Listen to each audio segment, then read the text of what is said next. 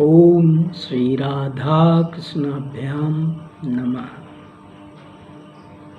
राधिका कृष्णौ वंदे आत्मा कलेवर रूपिणौ याभ्यां विना न वर्तन्ति जगताः माया विनिर्मितम्। ओम श्री राधा कृष्णाभ्याम नमः। प्यारे सज्जनों, आज मैं आप लोगों के समक्ष आज के समाज में प्रचलित एक विशेष प्रकार की बुराई को उजागर करने के लिए प्रस्तुत हुआ हूँ। और वो बुराई है विद्वत समाज द्वारा, न कि किसी बुद्धिहीन व्यक्ति द्वारा। आज के महापंडित बनने वाले जो कथावाचक हैं, जो तरह तरह के प्रवचन देते हैं, कहीं तो किसी स्थान पे ऐसे ही समाज में देखने को मिलते हैं और कहीं टीवी के आस्था या संस्कार आदि चैनल पर मिलते हैं। उन्हीं लोगों में जो प्रचलित बुराई है, उसी पर प्रकाश डालने के ध्येय से आज मैं आप सबके सामने उपस्थित हूँ। देखिए, आज के युग में यद्यपि कलयुग के प्रभाव से जनता अधर्म परायण हो गई है। ये युग की अफवाह ही अधर्म परायण होती है। इसमें सांस लेने वाले, इसका अन्न जल ग्रहण करने वाले, इसमें रहने वाले भी ज़्यादातर लोग अधर्म परायण हैं। पर ऐसा नहीं है कि सभी लोग ऐसे हैं। अभी बहुत से पृथ्वी के ऐसे स्तंभ बकाया हैं जिन पर कलयुग का प्रभाव ना के बराबर है या फिर बहुत ही कम है। पर अधिकांशता तो वही बात है जो अभी मैंने कहा। आजकल भागवत कथा का बड़ा भारी प्रचलन है। पता नहीं कहाँ से जनसाधारण ये जान चुका है कि कलयुग में भागवत कथा ही सबसे ज़्यादा महान कथा है, सबसे ज़्यादा पुण्य फलदायी है, या फिर भवसागर से तारने वाली है। और इसी कथा को सुनने के लिए जब कोई मानव या मानव संगठन चाहता है कि हमारे क्षेत्र में या हमारे यहाँ आकर के कोई विद्वान पुरुष हमें भागवत कथा सुनाए, तब वो जो है विद्वान की खोज में इन्हीं बहुचर्चित कथावाचकों में से किसी को ढूंढता है, पकड़ता है। अक्सर टीवी में दिखाया जाता है, जो आस्था और संस्कार चैनल हैं उन पर कोई न कोई कथावाचक या कथावाचिका अपना हुनर दिखाती हुई मिल जाती है। वो करते क्या हैं? श्रीमद् भागवत कथा का एक बड़ा सा बैनर बनवाकर अपने पंडाल के सामने लगा देते हैं और पंडाल के अलावा भी कई स्थानों पर टांग देते हैं। उसमें पूज्यपाद कथावाचक महाशय का सुसज्जित चित्र भी रहता है और उस बैनर के सहारे जनता वहाँ पर इकट्ठा होती है और उनकी कथा सुनती है। लेकिन सज्जनों, आए तो वो हैं भागवत कथा कहने, बुलाने वाले उन्हें बड़ा सुयोग्य वक्ता समझकर बुलाया है और वो यहाँ आने के लिए अपनी एक भारी भरकम फीस पहले ही ले चुके होते हैं, या तो पूरी या अधूरी,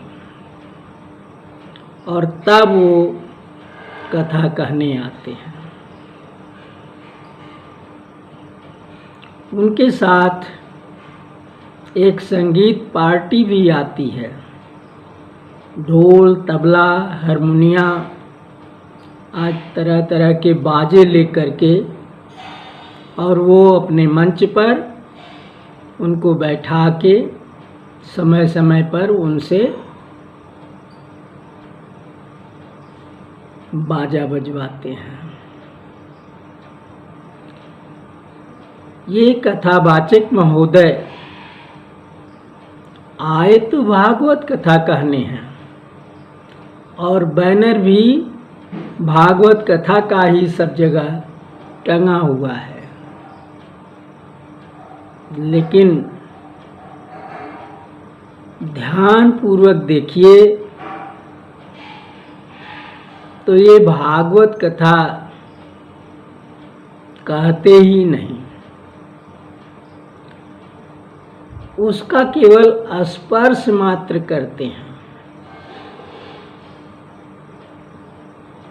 इनके अंदर जो सबसे बड़ी खामी है वो है लोभ।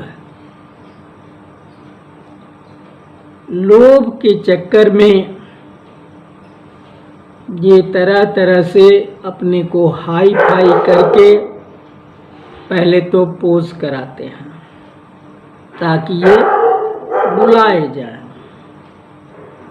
और जब इन्हें वैसा समझ कर के बुलाने वाले इन्हें बुलाते हैं तो ये अपना एक अच्छा खासा रेट लगा करके तब आते हैं।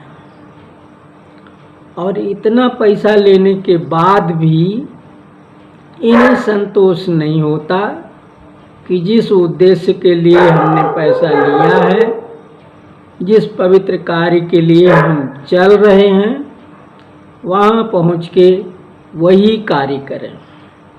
ऐसा नहीं, उस कार्य को तो ये नाम मात्र करते हैं और बाकी हर तरह से लोभ से प्रेरित होकर के अपने लिए धन उगाही का काम करते हैं। और जनसाधारण इस बात को या तो समझ नहीं पाता या समझ के भी नज़रअंदाज कर देता है, या फिर प्रकारांतर से उसे ठीक समझ लेता है। पर तीनों ही दशाओं में वो ठीक नहीं है।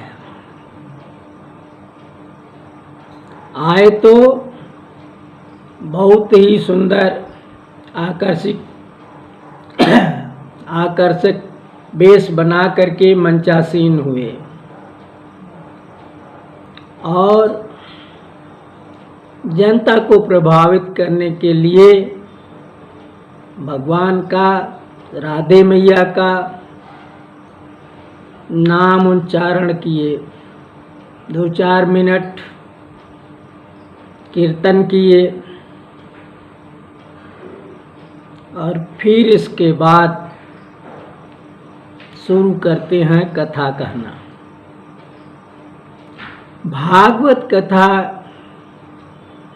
ये अपने ढंग से चयनित की हुई ढूंढते हैं और उसी को कहते हैं, ना कि ये सिलसिलेवार एक तरफ से कहें।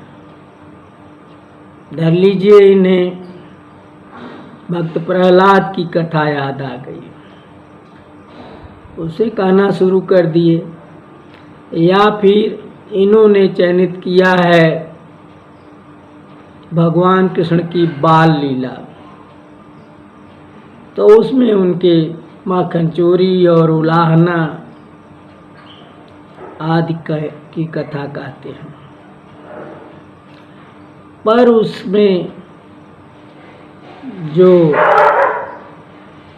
कथा थोड़ा मार्मिक है, जिनका रहस्य गूढ़ है, उसे नहीं कहते। ये तो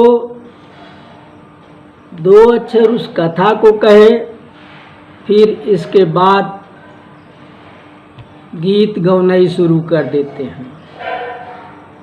पहले से रट के आए रहते हैं कि यही गाना गाएंगे और गाना गाने लगते हैं। भले ही वो कोई भक्तिमय गाना हो, संकीर्तन हो, लेकिन उसको गाते हैं और अपनी बाजा पार्टी से उसमें रौनक लगवाते हैं।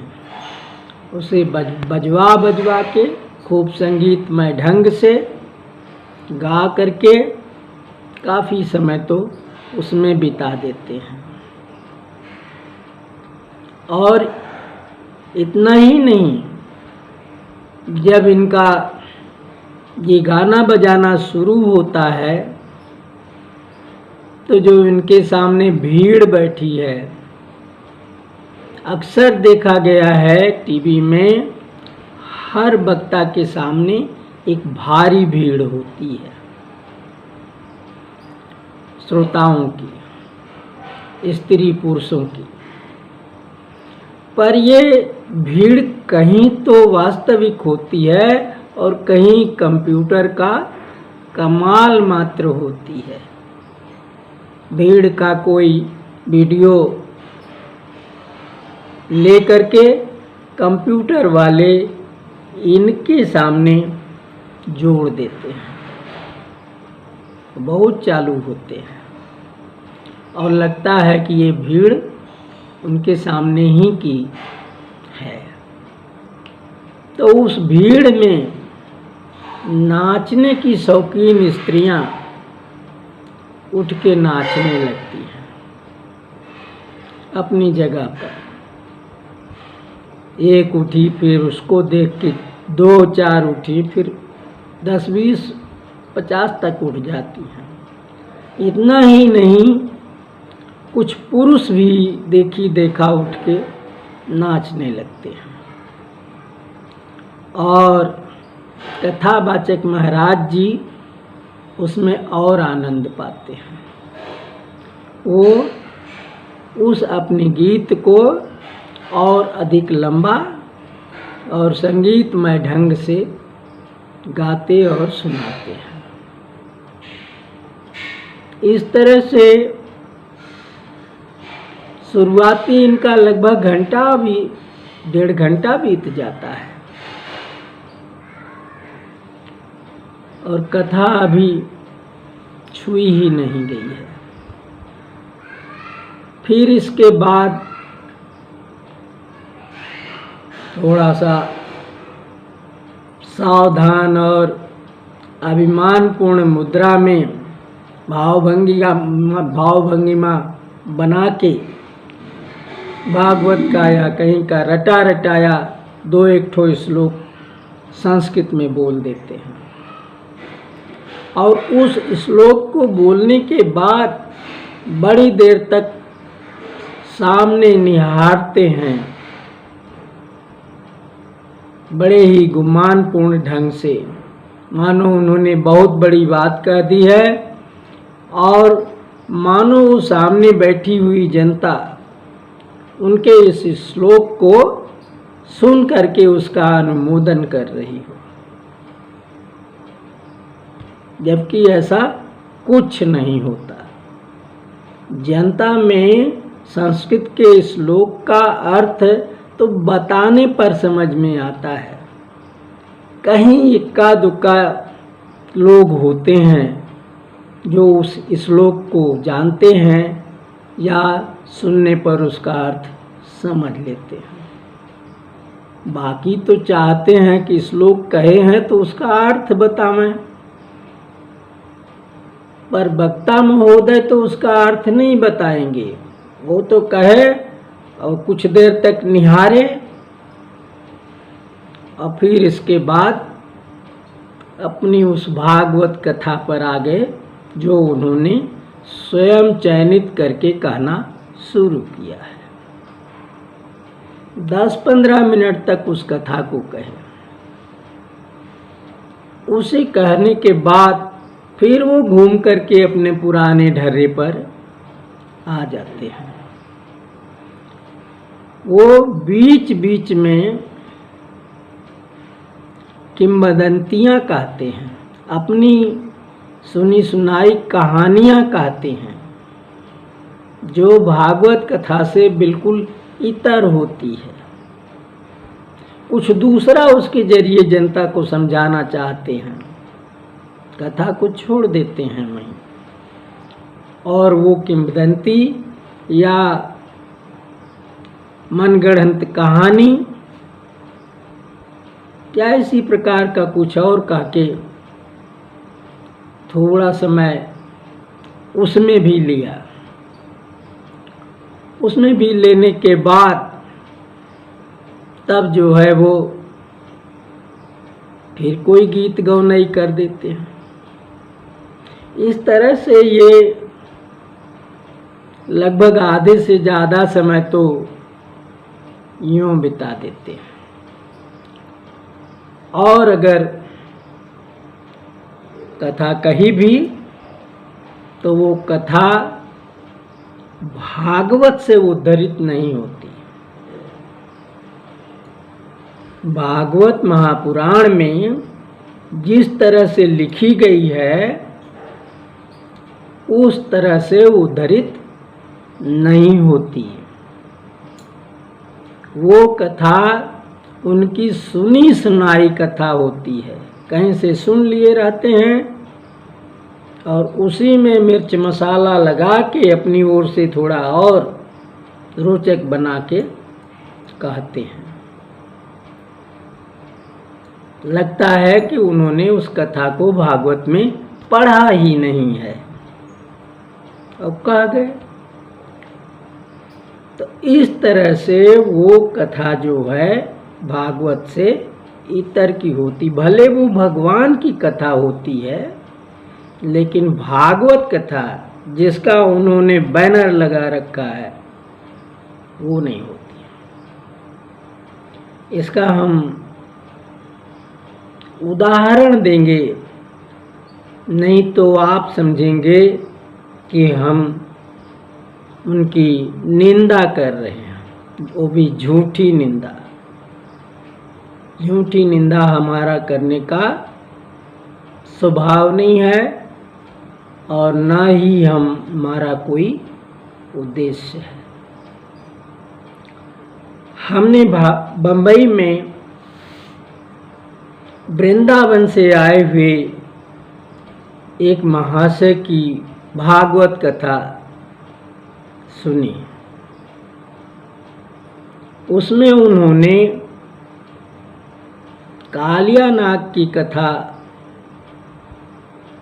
कह रहे थे। कालिया नाग की कथा कहने में वो ये बता रहे थे कि कालीदाह में भगवान श्री कृष्ण इसलिए कूदे थे क्योंकि कालीदाह के किनारे ही वो अपने बाल सखाओं के साथ गेना खेल रहे थे और वो गेना भगवान ने उठा के कालीदाह में फेंक दिया, जानबूझ के फेंक दिया। क्योंकि भगवान का चरित्र तो विचित्र ही है। वो अपनी लीला जानबूझ के करते हैं। उन्हें मालूम है कि कालिया नाग इसमें रहता है और उसकी वजह से हमारी जमुना जी का जल विषैला हो गया है और यहाँ पर जो भी उसे पीता है या उसके संपर्क में आता है वो मर जाता है।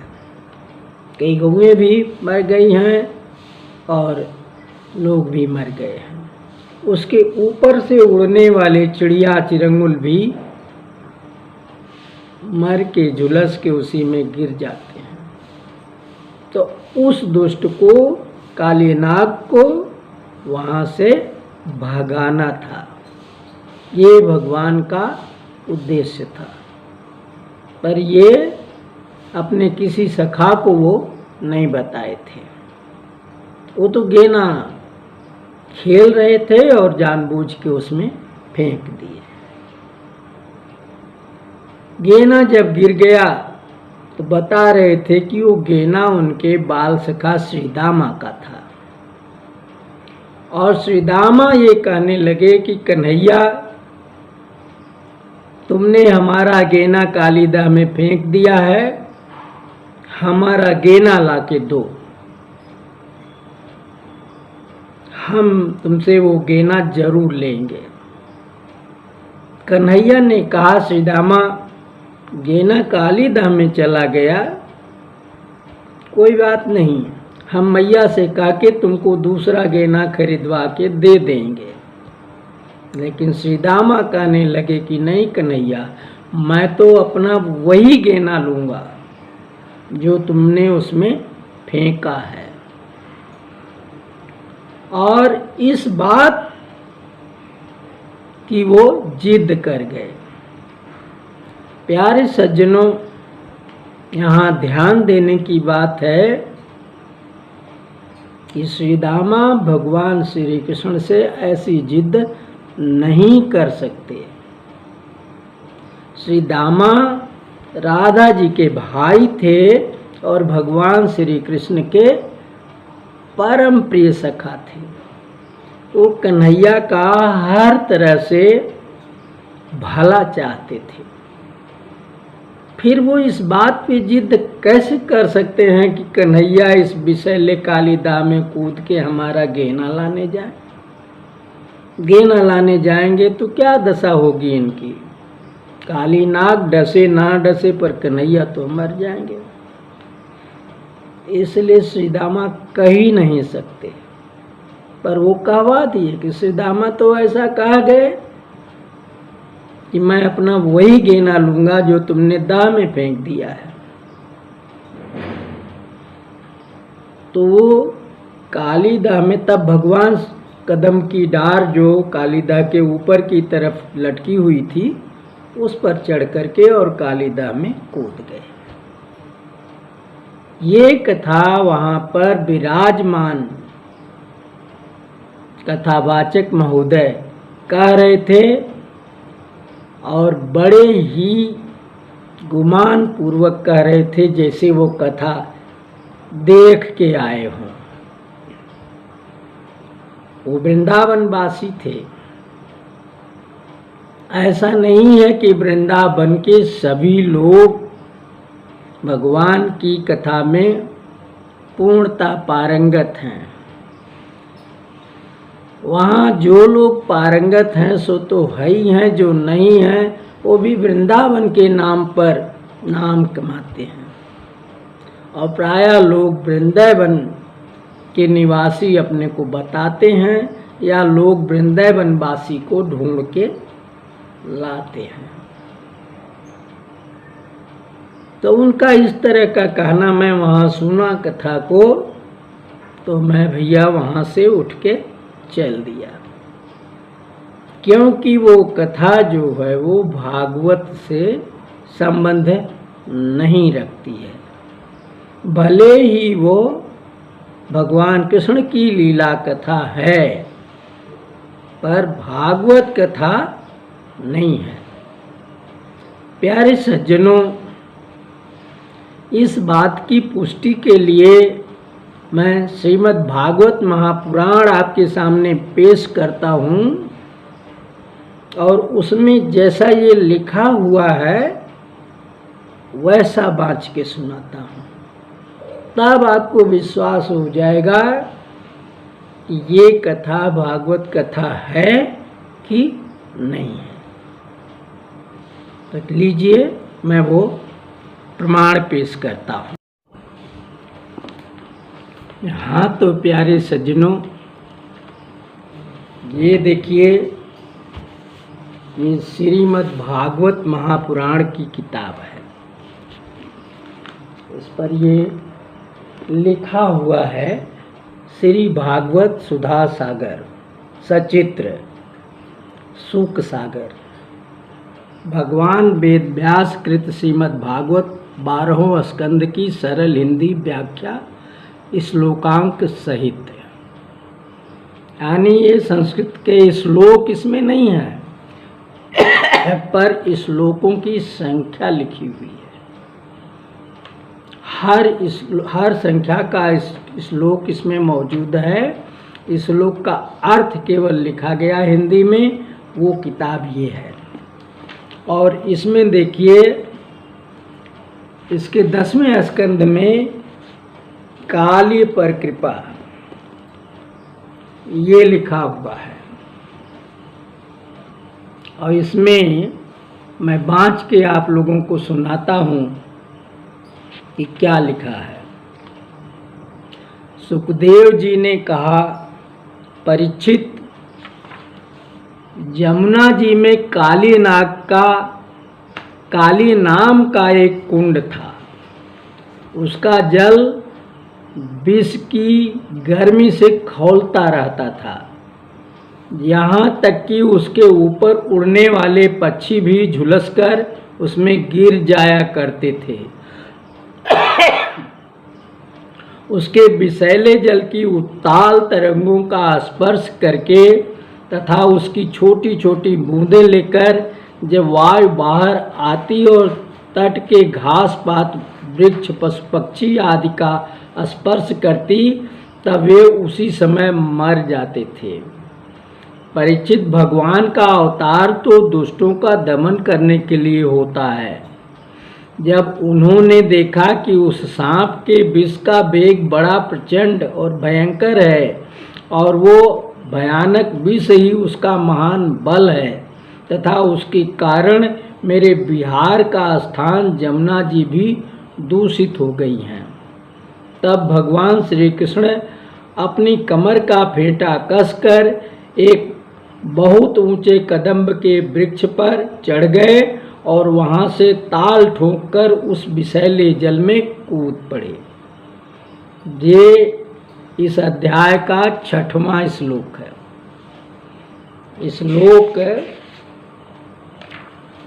श्लोक संख्या 4, 5 और 6, ये तीनों श्लोकों का इतना अर्थ लिखा हुआ है। फिर सुनिए, जमुना जी का जल सांप के विष के कारण पहले से ही खौल रहा था। उसकी तरंगें लाल पीली और अत्यंत भयंकर उठ रही थीं। पुरुषोत्तम भगवान श्री कृष्ण के कूद पड़ने से उसका जल और भी उछलने लगा। उस समय तो कालीदह का जल इधर उधर उछलकर 400 हाथ तक फैल गया। अचिंत्य अनंत बलशाली भगवान श्री कृष्ण के लिए इसमें कोई आश्चर्य की बात नहीं है। प्रिय परीक्षित, भगवान श्री कृष्ण कालीदह में कूदकर अतुल बलशाली मतवाले गजराज के समान जल उछालने लगे। इस प्रकार जल क्रीड़ा करने पर उनकी भुजाओं की टक्कर से जल में बड़े जोर का शब्द होने लगा। आँख से ही सुनने वाले कालीनाग ने वो आवाज़ सुनी और देखा कि कोई मेरे निवास स्थान का तिरस्कार कर रहा है। उसे ये सहन न हुआ। वो चिढ़कर भगवान श्री कृष्ण के सामने आ गया। ये इस अध्याय के शुरू से लेकर के यहाँ तक जो मैंने पढ़ा, इसमें भगवान के कूदने का कारण गेना खेलना और बहाना नहीं लिखा है। और जब वो कालीनाग का सामना हो गया तो फिर कारण आगे कहने की बात ही नहीं है। आगे तो उससे युद्ध हुआ। तो इस प्रकार प्रमाण सहित मैंने आपको बताया कि ये कथावाचक लोग भागवत कथा जो थोड़ी बहुत कहते भी हैं, वो भागवत की कथा होती ही नहीं। वो उनकी कहीं से सुनी सुनाई कथा होती है। ये कथावाचक के ही दुर्गुण नहीं है। ये तो स्वयं रामानंद सागर ने जो अपना सीरियल बनाया श्री कृष्ण, उसमें भी यही दिखाया है।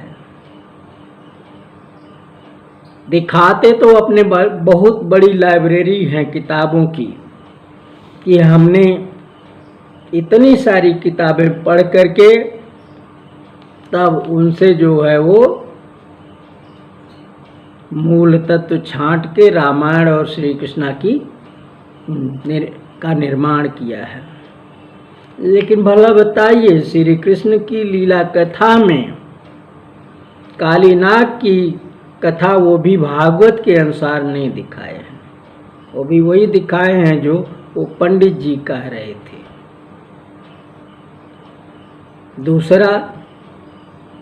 दूसरा उदाहरण धर लीजिए, भगवान की चीर हरण लीला का वर्णन।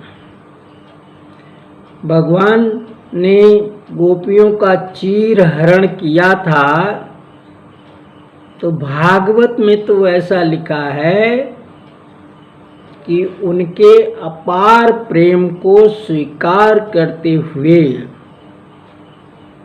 उनकी मिलन की इच्छा का वरदान देने के लिए चीर हरण किया था। और चूंकि आत्मा परमात्मा के बीच में कोई पर्दा नहीं होता, इसलिए उन्होंने गोपियों को, जिन्हें जीवात्मा का रूप दिया जाता है, उन्हें नग्न करके वस्त्र लेने के लिए बुलाया था। पर सागर साहब ने ऐसा नहीं दिखाया। उन्होंने चीर हरण लीला का कारण ये दिखाया कि गोपियाँ यशोदा मैया से कन्हैया के खिलाफ तरह तरह के सही और झूठे ओरहन देकर उन्हें डंटवाती थी, पिटवाती थी। रोजे वो डांटे जाते थे। उसका बदला लेने के लिए उन्होंने बाल सखाओं के साथ गोपियों का चीर हरण किया था। ये कारण भी भागवत कथा का अंश नहीं है। लेकिन यहाँ रामानंद सागर ने स्वयं इसे स्वीकार भी किया है। वो उस सीरियल में साफ साफ कहे हैं कि चीर हरण लीला बहुत ही रहस्यमय और गूढ़ा है। इसकी गूढ़ता को ध्यान में रखते हुए मैं इसे टच करने का साहस नहीं कर सका। मैं तो के.एम. मुंशी द्वारा इस लीला का कारण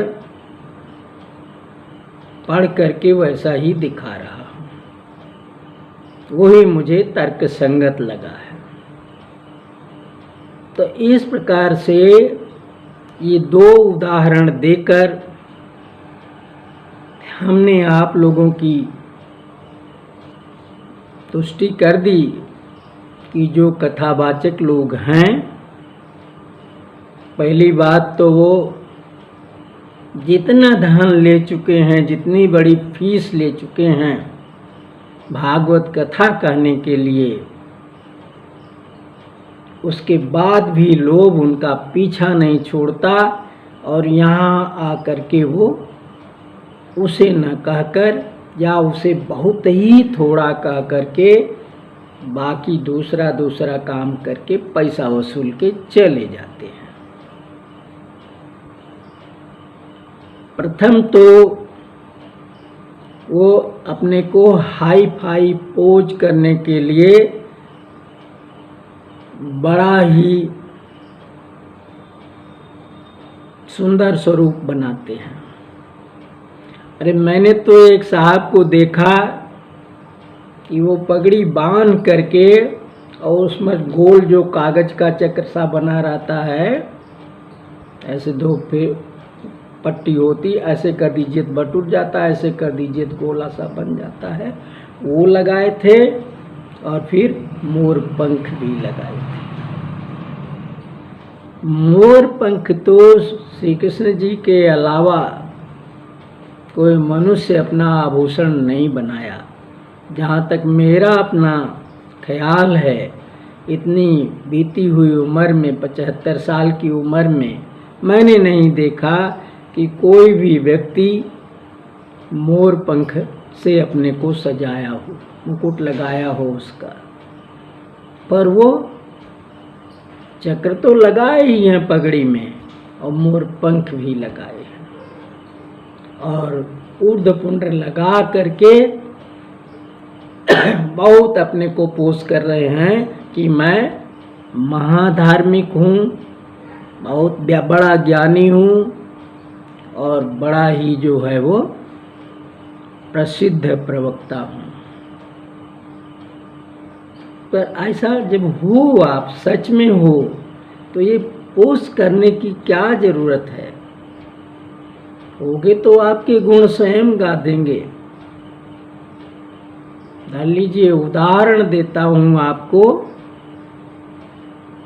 आखिरी जगत गुरु कृपालु जी महाराज का। अब वो गोलोकवासी हो गए हैं, लेकिन उनके वीडियो देखिए टेलीविज़न पर, तो जो कमियां अभी तक मैंने गिना दी, उनमें से एक भी कमी उनके अंदर नहीं है।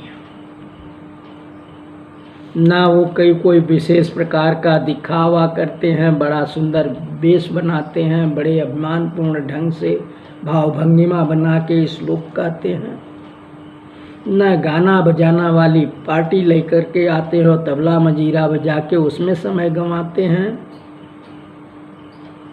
केवल कथा कहते हैं। कहीं जरूरत पड़ी बीच में तो मेरे ख्याल से जरूरत नहीं पड़ती, लास्ट में ही को राधे कृष्ण का संकीर्तन करते हैं, जिसमें उनकी शिष्याएं उनके साथ बैठ के साथ देती हैं, वो हारमोनिया वगैरह लिए रहती हैं, बजा देती हैं। बस उसमें कोई भी औरत खड़ी होकर के अपनी कमर हिला के नाचती नहीं, कोई भी पुरुष नहीं नाचता। हमने उनके तमाम वीडियो देखे हैं, न वो उससे खुश होते हैं। अगर वो खुश होते तो उस बात को बढ़ावा देते, लेकिन इसका अर्थ है कि उन्होंने वर्जित कर रखा है कि हमारी सभा में ये बात नहीं होनी चाहिए। बैठते हैं तो शुरू से कथा शुरू करते हैं। जो भी कथा कहते हैं ज़्यादातर वो भागवत कथा का बैनर नहीं लगाते, उपनिषदों से कथा कहते हैं, फिर भागवत की भी कथा कहीं कह देते हैं, पर कथा ही कहते हैं, चले जाते हैं। पर आज के जितने भी जो है टीवी पर आने वाले वक्ता लोग हैं, उनके ये दुर्गुण हैं, और उनके इस दुर्गुण को वो जजमान, चाहे अकेला एक व्यक्ति हो और चाहे एक समुदाय हो, वो साथ ही साथ श्रोता मंडल पूरा, या तो उसे जान नहीं पाता, या उसे जो है वो नज़रअंदाज कर देता है, या फिर वो प्रकारांतर से उसे सही समझ लेता है। प्रकारांतर का अर्थ समझिए कि दूसरा अर्थ लेकर के बोले कि ये ठीक है। जैसे वो अर्थ लगाए कि भागवत कथा में भगवान की लीला है, और ये कीर्तन भजन कर रहे हैं, ये भी भगवान की लीला है, तो क्या बुरा है, ठीक है।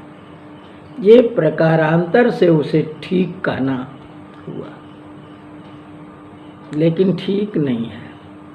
ऐसे भजन कीर्तन करने वालों की मंडली अगर आप बाजार में ढूंढेंगे तो थोड़े दाम पर भीड़ के साथ मिलेगी, एक ठो दो ठो नहीं, बहुत सारी, और उन्हें बुला के कर लीजिए कीर्तन। या फिर आप स्वयं अपने घर पे अपने घर वालों के साथ या मोहल्ले वालों के साथ वो कीर्तन कर सकते हैं, उसका कोई पैसा नहीं देना है। लेकिन ये तो इतनी फीस लिए, इसके बाद किराया भाड़ा लिए, अपना नहीं लिए, पूरी मंडली का लिए आने जाने का, और यहाँ आकर के निवास स्थान, सेवा शुश्रूषा, भोजन पानी, ये सब भी लिए, और अंत में विदाई लिए, और सबसे श्रेष्ठ बन के चले गए। ये सब कुछ लेकर के भी वे अपने लक्ष्य से भटक गए। भागवत कथा सुनने की जो इच्छा थी, उस व्यक्ति की कामना थी कि भगवान की ये कथा सुन करके हमारा तरन तार होगा, उससे उन्होंने उसे वंचित कर दिया। वो तो इतना सब कुछ कैसे अकाउंट के रूप में ले ही लिए, साथ ही अपना प्रचार करते हैं। इस बीच में उस पर्दे पर टीवी के लिख के आता है, गौशाला के लिए, अनाथालय के लिए, कोई मंदिर निर्माण के लिए, या मेरा अपना आश्रम बनवाने के लिए सहयोग करिए, दान दीजिए। और वो दान भी स्वेच्छा से नहीं कि जो चाहिए सो दीजिए, नहीं नहीं, दान की रकम भी वो निश्चित करते हैं। अरे एक साहब तो कहे कि हमारा जो है वो आश्रम बन रहा है, उस भव्य आश्रम में आप लोग जो है वो कृपया सहयोग करिए। जो व्यक्ति उसमें 51,000 रुपया योगदान देगा, उसका नाम हम आश्रम में स्वर्णाक्षरों में लिखाएंगे। अब बताइए ये कौन सी भागवत कथा है, इससे कौन सा पुण्य मिलना है। उनको दीजिए 51,000 रुपया, खाली उनके आश्रम में आपका नाम भीत पे लिख करके गोल्डन कलर से रंग दिया जाएगा, जिसका खर्चा मुश्किल से जो है वो 100, 150, 200 में आएगा, और चाहिए उन्हें 51,000। एक साहब ये प्रचार कर रहे थे कि हमारे आश्रम में या हमारे घर पे यज्ञ हो रहा है, उसमें आहुतियां अपने नाम से डलवाने का पैसा दीजिए। एक आहुति का 11,000, 2 आहुत का 21,000, 3 आहुत का 31,000, 4 आहुत का 41,000 और 5 आहुत का 51,000 रुपया लगेगा। आप बताइए, एक आहुत उनके यहाँ पड़ रही है, पता नहीं आपका नाम लेंगे कि नहीं ले, या ले ही लें झूठे, तो उनको जो है 11,000 रुपया दे दीजिए। इस तरह से धन उगाही का धंधा करते हैं।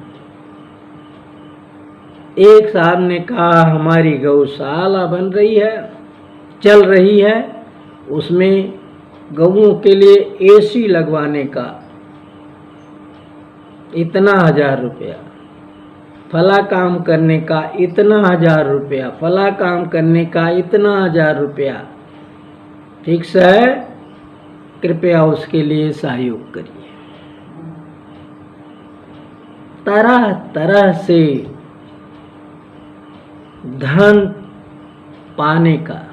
अरे जिसलिए आए हो वो काम छोड़ के ये काम कर रहे हो, पहली बात उसे कर ही नहीं रहे हो, और उसका तमाम सारा ढेर सारा पैसा ले चुके हो। वो जो पैसा ले लिए वो तो तुम्हारे पारिश्रमिक खो गया। यहाँ ऊपर से क्या करते हो, यहाँ पर किसी के लड़के को किसी की लड़की को राधा कृष्ण बना दिया, रासलीला कर दी अपने मंच पे, और उस रासलीला में कृष्ण भगवान के चरण पे, राधा जी के चरण पे चलो रुपया चढ़ाओ, जो चढ़े वो हमको दो। आरती दिखाओ, आरती में जो पैसा आवे वो हमको दो। हमने कथा कहने का अपनी फीस तय की थी, और हमें 15 आदमियों की भीड़ लेके आए हैं। उनका बंदोबस्त, रहने का स्थान, खाने पीने का की उत्तम व्यवस्था और तरह तरह की सेवा दो। उसमें पैसा नहीं लगेगा, वो पैसा दो। इस तरह से, और लास्ट में विदाई दो। ये सारा पैसा ले लिए। तो काम क्या था, भागवत कथा कहना। भागवत कथा नहीं कहे ये सब 16 आने में 12 आना ये सब कहे, और 4 आना मान लीजिए सप्ताह भर के लिए आए, 10 दिन के लिए आए, 15 दिन के आए, तो भी चवन्नी ही कथा कहते हैं। और वो कथा भी अपने से चयनित कहते हैं, सिलसिलेवार नहीं कहते। और वो जो चयनित कथा भी कहते हैं वो सुनी सुनाई कहते हैं, भागवत से उसका कोई संबंध नहीं होता है। तो सोझे ठगी हुई, ठगी करते हैं, प्रवंचना करते हैं ये,